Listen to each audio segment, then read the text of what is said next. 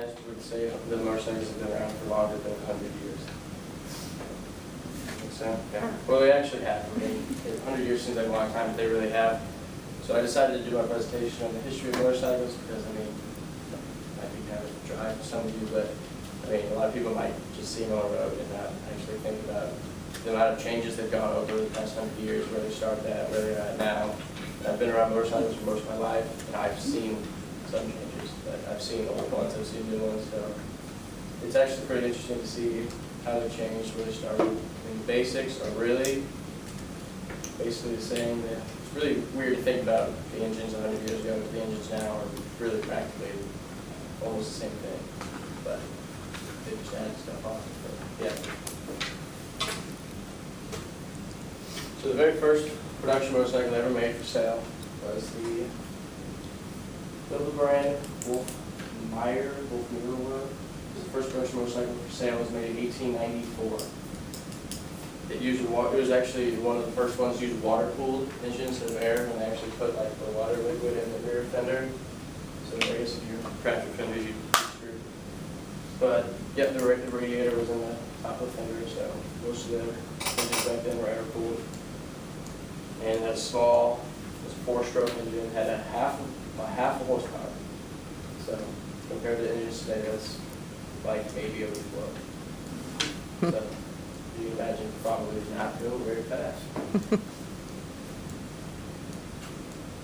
So everyone's heard of the European invasion of music, but I just thought it was clever with the Asian invasion because I'm focusing more on the sport motorcycle side. So really, there is no American dealers that make sport motorcycles, so they're all Asian. So I did the Asian invasion. We'll talk about those. The very first Suzuki hit the market, according to their website, they hit the market after World War II in 1952, and they were the very first ones that hit it.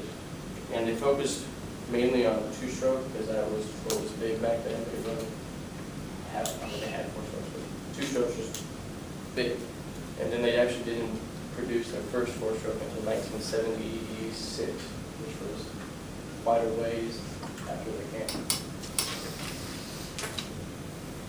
And then Yamaha's a big one. You might have heard of them like music and pianos and stuff too, but the motorsports came to the U.S. in 1958, so they were the second one at the market, and they released the YD1, which is this right here, in 1958. It was also a 2-stroke, 250cc, which was basically what they all had.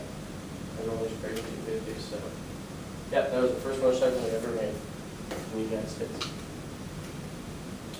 And then we've got Honda. I've heard them in cars as well, but again, motorsports came July 11th, 1959. It was in Chicago, I believe, is where they started out. And they actually went with smaller 125cc bikes because Yamaha had the lockdown on 250, so Yamaha was selling like crazy 250, so they weren't really going to try and compete. So they just said, we'll make a smaller 125.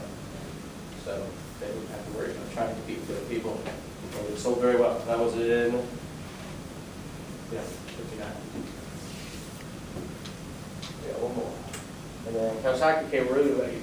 They didn't come until 1966, so almost 20 years after the first Japanese came.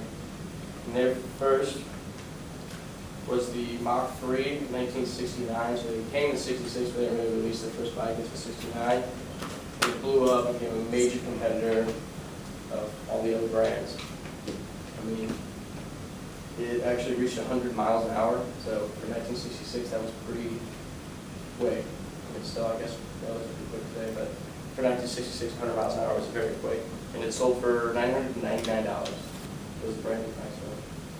So that's their first one. And then I focused more on the next couple slides are about like their very first, like the main, for each of the Japanese, their main like top selling brand, or not brand, the top selling bike. We focused on the very first one that they get released, where it looks like today, so you can see the difference and mainly the looks of it.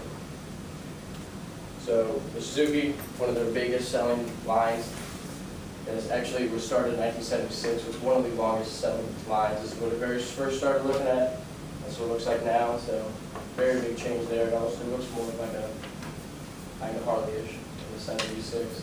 but obviously it's very sport looking today, so very big change there for that one. And then this one started in 1987, so obviously, I mean, it looked very sporty back then, but I guess really think about not a whole lot of change, but yeah, so basically just changes in the looks from 1987 to 2017. A lot of these are very long running series, so and you can go to the dealership and buy the same bike right now. So and it started in 87, so a very long running span. This one didn't actually start until 1999, so they got a late jump on it. So 1999 to 2017, very similar looking, very top selling bike, one of the most popular. And then Kawasaki, their top brand, or top series, sorry, 95 to 2017. So the history of all the Asian sport motorcycles, because there really aren't any American sport. I mean, they're all of them. I can't name it, so it shows you how popular they are. And then the top of the line, most modern bike you can buy today on the market. This one right here is Kawasaki. It is 300 horsepower compared to the very first engine that came out was half horsepower. So it gained 299.5 horsepower in the past 100 years. And it has a supercharged, it's the first production bike that ever used supercharged, which is pretty insane. It has a top speed.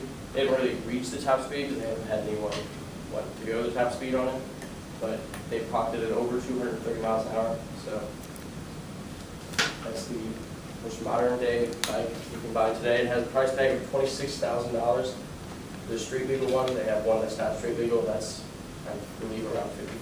So why buy it if you can't ride on the street? And that's the history of motorcycles.